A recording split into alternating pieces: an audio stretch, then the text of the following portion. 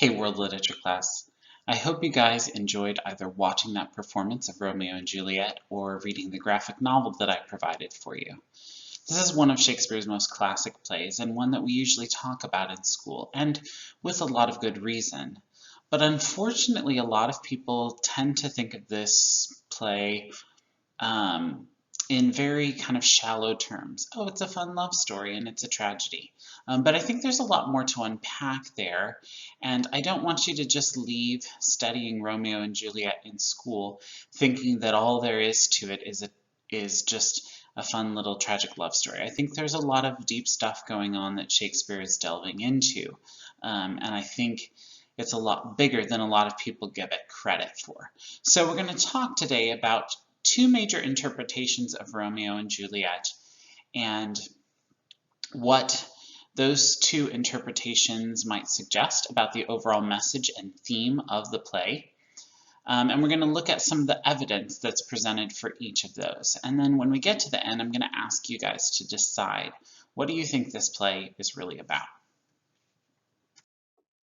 So let's start with the two major perspectives that people tend to have on Romeo and Juliet. And if you look out there at various resources on the internet, I think you'll find that a lot of people have one of these two interpretations of the play. And so let's talk about them and why people take these different perspectives and interpretations of what this play is about and what some of the major themes are.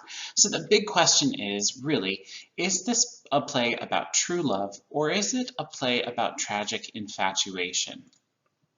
The true love position kind of argues that this play is really about true love conquering hatred, and that even in their deaths, Romeo and Juliet managed to conquer the hatred that has divided their families for centuries. The other perspective is that this play is really about infatuation and haste, and having to do everything quickly, and now leading to tragedy, that leads to kind of the downfall of Romeo and Juliet, and all the tragic events that happen come from the fact that they're infatuated with one another and that they do everything in haste. So let's look at the first position first. This is probably more along the lines of what you have thought about Romeo and Juliet, and there are many, many people who take this approach as well, though I think it's a little bit deeper than a lot of people give it credit for. So let's talk about this idea of true love conquering all. That is kind of the fairy tale sort of idea, and it is a kind of fairy tale interpretation of Romeo and Juliet, although Romeo and Juliet is far more realistic and far more serious than a fairy tale, with a lot more disastrous consequences.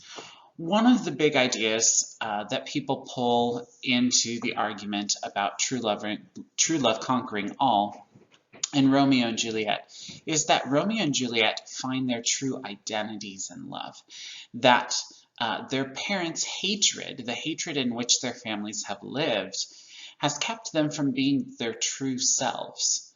And this can be seen in particular in Juliet's famous balcony speech that Romeo overhears in the garden.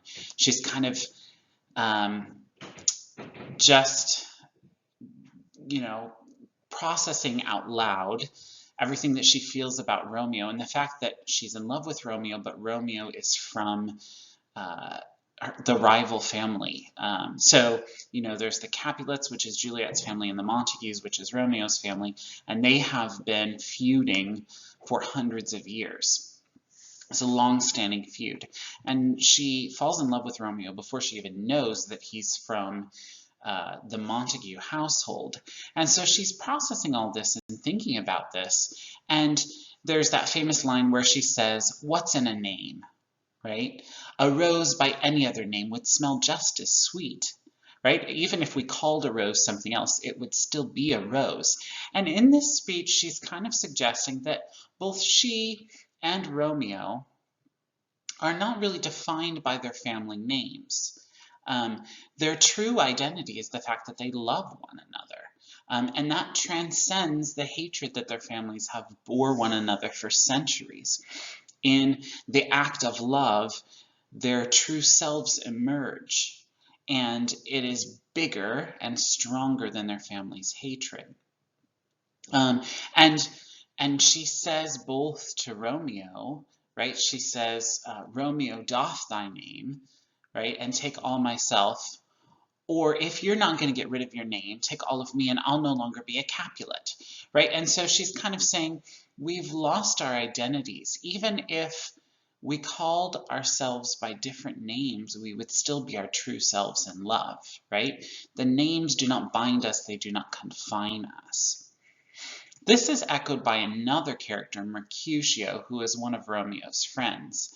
And at one point in the play, Mercutio kind of tells Romeo that he's now become himself, right? What Mercutio doesn't know, because he never discovers the truth of Romeo and Juliet's relationship and their love for one another, but what he doesn't know is that the transition that we see between what Mercutio called Romeo not being himself and what he calls Romeo being himself is that Romeo has fallen in love with Juliet and has learned that she returns his love. And so it's in love that Romeo finds his true identity. And this is just kind of an echo of what Juliet already said, right? Their love gives them their true identity, not their family names. And that's actually a pretty radical concept in the Renaissance. Up until the Renaissance, the kind of primary idea was that your family determined your identity. With the Renaissance, though, we see more of a focus on the individual, and so we see more of a focus on the fact that family does not really determine who you are. At least that's the prevailing idea. Not the prevailing idea, the growing idea in the Renaissance, that family doesn't necessarily determine who you are. And so Romeo and Juliet kind of express that in the play, that they're not bound by family, their true identity is found in their love, and that's stronger than their family's hatred. This idea that their love is stronger than their family's hatred is also echoed in their deaths. It's Romeo and Juliet's passionate and yet tragic display of love that causes their parents to end their age-old feud. They would, as we say, bury the hatchet after they find that Romeo and Juliet have killed themselves because they love one another so deeply. It also causes the families to realize that had they not hated each other so much, this could have been a good match, and Romeo and Juliet's deaths would have been unnecessary except for their hatred, because it was only trying to avoid the hatred of the feud that caused them to do everything in secret and not let anyone know. And so they see the drastic consequences of their actions.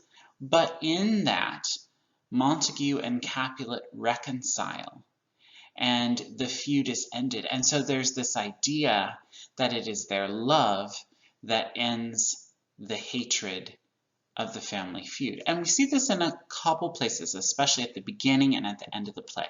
In the prologue, the speaker of the prologue says that Romeo and Juliet's misadventured, piteous overthrows do with their death bury their parents' strife. And so it's saying there's these pitiful misadventures that Romeo and Juliet go on and they have to suffer. And yet the result is that even though they die, their parents are able to put that hatred aside. This is further echoed in the last scene, Act 5, Scene 3, and this is Prince Aeschylus speaking. And he tells Montague and Capulet, "See what a scourge, what a punishment is laid upon your hate. See how much you've been punished for your hatred. That heaven finds means to kill your joys with love." And so he's saying, your hatred has been so despicable, essentially to God, right, that the punishment is that your joys, your children, have been killed by love, showing that love is more powerful than hatred, right? And so there's this idea that comes at both the beginning and at the end of the play that love is stronger than hatred, and it is Romeo and Juliet's love that ends the hatred of their families. So that's one interpretation of Romeo and Juliet, that this is all about the fact that true love conquers hatred, and though it's tragic, there's kind of a bittersweet ending because their families reconcile. The other perspective would be that this play is really about infatuation and the tragedy that that infatuation brings about. It's important to remember that Romeo and Juliet is usually classified as one of Shakespeare's greatest tragedies, right? And so Shakespeare would have been aware that he was writing a tragedy when he wrote this play. And so it's important to consider, in order to understand this perspective, Shakespeare's understanding of a tragedy when evaluating this play. So Shakespeare's understanding of a tragedy would have come from the ancient Greek philosopher Aristotle. Aristotle, not only was he a philosopher, he was also a literary critic, and he wrote about Greek drama that was going on during his time, and about all the different aspects of Greek tragedy in particular. And he had this kind of working definition of what it means for a play to be a tragedy. So let's look a little bit here at what he says a tragedy is. The first thing that he points out is that tragedies evoke emotions of pity and fear. And that's probably a pretty obvious one. We feel pity for the main characters because of the things that they suffer.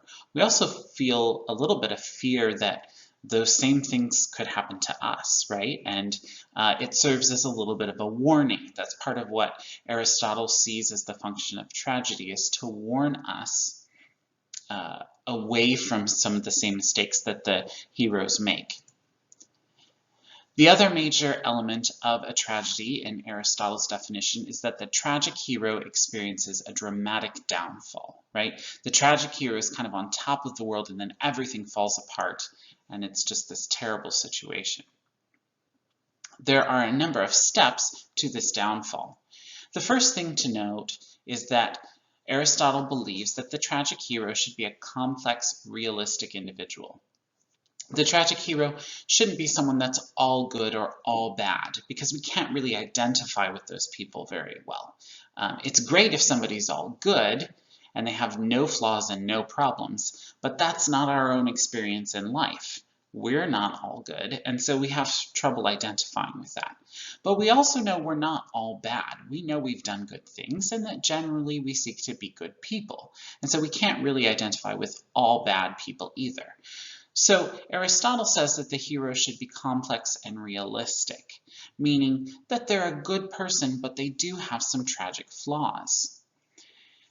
So what happens is that tragic hero is a complex, realistic individual that experiences disaster, and that disaster arises from a mistaken action. The hero makes a critical mistake. This mistake, though, doesn't come out of nowhere. The mistake is a result of a tragic flaw that the hero has. Because the hero is not perfect, they have things that they struggle with. And the things that they struggle with lead them to make mistakes. And those mistakes have disastrous consequences. Oftentimes, the audience will feel that the consequence is greater than the offense. And that's certainly true in Romeo and Juliet. Romeo and Juliet experience the consequence of death for the offense of loving one another and expressing that love in marriage. It's important to point out that Romeo and Juliet do not do anything inappropriate outside of marriage. They do get together physically, but that's done after they've been married. It's done in secret because they don't want their families to know, but they have been married in secret, and so the actions they take are totally appropriate, right? Now, whether or not they should have gotten married in secret is a question of, was that the right or wrong action? But it certainly feels that death is not what these two lovers deserve, and that the consequence is greater than the offense. So this is kind of Aristotle's understanding of tragedy and how it works. And it's important to note that Shakespeare would have been familiar with Aristotle's theory of tragedy, and he would have used that as the foundation for building his own tragedies. Now, Shakespeare and other Renaissance playwrights do kind of add things and change the traditional structure of the tragedy from what it used to be in ancient Greece, but they would have used Aristotle's thoughts as the foundation. So, if we're looking at Romeo and Juliet, we need to look at it as a tragedy in terms of what Aristotle would say, right? The way that he would look at a tragedy, because that's the way that Shakespeare would have been looking at it as well. So Romeo and Juliet are the tragic heroes. They're both generally good people. We sympathize with them. We care about them. They're not bad people. We understand their feelings and desires because we've had the same feelings and desires. However, they both take multiple mistaken actions throughout the play, right? Whether that's the inadvised Romeo climbing into Juliet's garden and risking his life to see her, whether it's them getting married too quickly after they've only known each other for a matter of hours, if it's making the mistake of falling in love with someone you've only seen for 3 minutes, right? If it's the mistake of Romeo killing Tybalt, right? If it's the mistake of the letter not getting delivered to Romeo, right? Of Juliet faking her death in the first place so that Romeo thinks she's actually dead. There's lots of mistaken actions in the play, right? And those mistaken actions do arise from tragic flaws in the characters. While Romeo and Juliet are generally good people and we sympathize with them, they are by no means perfect people and they do possess tragic flaws. And so that's really what causes their downfall. It's not that they're bad people. In fact, it's so tragic because they're good people. But they do have tragic flaws that lead them down the path that they end up taking and lead to the tragedy of their suicides. So let's talk a little bit about Romeo's tragic flaws. Romeo's first tragic flaw is that he's overly attached to girls, and this is established from the first moment we're introduced to Romeo's character. At the beginning of the play, he's pining away because he's in love with this girl, Rosalind, right? And she doesn't return his love. In fact, she wants to become a nun because she's not interested in getting married. And Romeo is just in the pits of despair, and his cousin can't even bring him out. Benvolio, his cousin, his best friend Mercutio can't bring him out of these pits of despair. They drag him to the party at the Capulets' house, and he's still kind of, oh, woe is me, Rosalind doesn't love me, there's no one as beautiful in the world, and I could never love anybody else, and there's a pretty girl. Right? And that's literally kind of how it goes, right? He's like moping about Rosalind, and suddenly he sees Juliet, and he's like, oh, who is Rosalind? This is the most beautiful girl and the love of my life, right? Raises the question, is it true love or is it infatuation, right? Certainly something we've seen in real life before. People who are like, oh, I love you, I'll spend eternity with you. Oh, hot person walks by. Hey, I think I'm in love with somebody else, right? And that's part of Romeo's tragic flaw. He's not a bad person, he's not ill-intentioned, but he is obsessed with girls. And really, as long as there's a cute girl in front of him, he'll be happy. If the cute girl rejects his advances, he'll be miserable, right? And that kind of gets into his second tragic flaw, is that he allows his emotions to dictate his actions, right? He doesn't really think things through. He's just, this is what I feel, and it feels like the most real feeling in the world right now, and so I have to act on it, right? And that's kind of the way that Romeo, the way that he approaches his relationships, right? It was Rosalind didn't love him, and so he was going to mope and be miserable, and then all of a sudden he loves Juliet, and Juliet loves him, and that's the most amazing thing in the world, and so we have to get married tomorrow. right? And that's kind of the way that he approaches it. And that plays right into his third tragic flaw, which is that he acts quickly without considering the consequences, right? He doesn't really think through the consequences of his action. He feels it, it must be right, he does it, right? And this is all kind of what infatuation looks like, right? We get infatuated with something or someone, and it just becomes an obsession, and we have to act on it and pursue it. You'll notice that Juliet's tragic flaws are somewhat similar to Romeo's, right? She suffers from some of the same things. But one of the first things that she suffers from is that she's just young and naive. She's 13 years old. She's never really spent much time outside of her parents' house because young girls didn't go outside the house much in Renaissance Italy. They stayed at home. Maybe they went on a few outings into parties at different people's houses, but they weren't wise in the ways of the world. They were pretty sheltered. So she's young, she's naive, she doesn't really know what to expect. So when a cute boy comes along and loves her, of course she returns that love. She's interested. Nobody has ever paid that kind of attention to her before. And so she gets caught up in those emotions very easily. She's also 13, and so her emotions are turbulent and changing. She's a typical teenager. So is Romeo, right? Their emotions are up and down and all over the place, and they feel the need to act on those. Those feel like the most real things in the world, and so they act upon them. And we've all been there. We know that's what being a teenager is like. You guys have probably experienced that at some point. You know that your emotions as a teenager are sometimes all over the place. It doesn't make you a bad person. It doesn't mean you're doing bad things. It's just a part of being a teenager. Although we have to learn to control those emotions and figure out how to act on them. But Juliet is just caught up in that, and she's never really had any guidance. Her parents are not super invested in her. The person she spent the most time with in her life is her nurse, and her nurse is not the best influence in the world. And her parents just kind of come around whenever they have something to talk to her about, right? They're not there all the time. She also allows her feelings to overrule her better judgment, and you can see how this is related to her previous tragic flaw. But she even kind of admits this herself when she and Romeo are planning to get married. Romeo's like, I want to be with you now. And she's like, no, no, this is too rash. This is too sudden. This is too hasty. She says words like that. And then she says, let's not do anything tonight. Let's get married tomorrow, right? And that's not really being any less rash, sudden, or hasty. You met the guy a couple hours earlier. Now you're making plans to get married the next day, right? But she gets caught up in her emotions and she allows that to overrule her better judgment. She knows they're moving too quickly, and yet she lets her emotions carry her away anyways.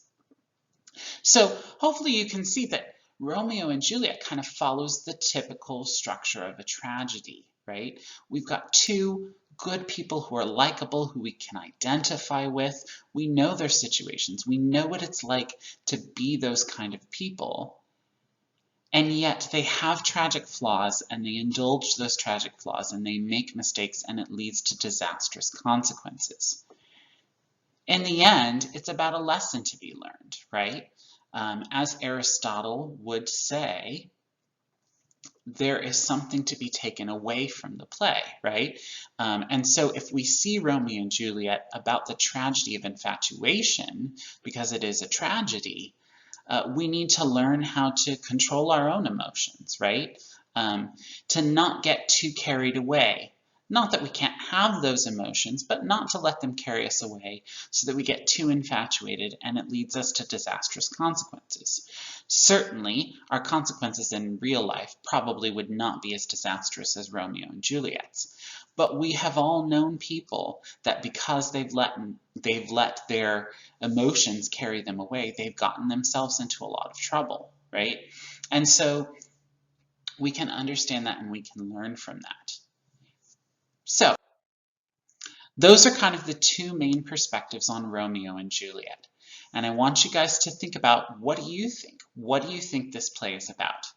Is it about true love? Is it about tragic infatuation? Or is Shakespeare's play big enough to encompass both of them? So go ahead and look below this video for the prompt, and then you're going to write a response to me and submit it to me about what you think is the point. What is the main theme? What is Romeo and Juliet really about? All right, guys, have a great day and contact me if you have any questions.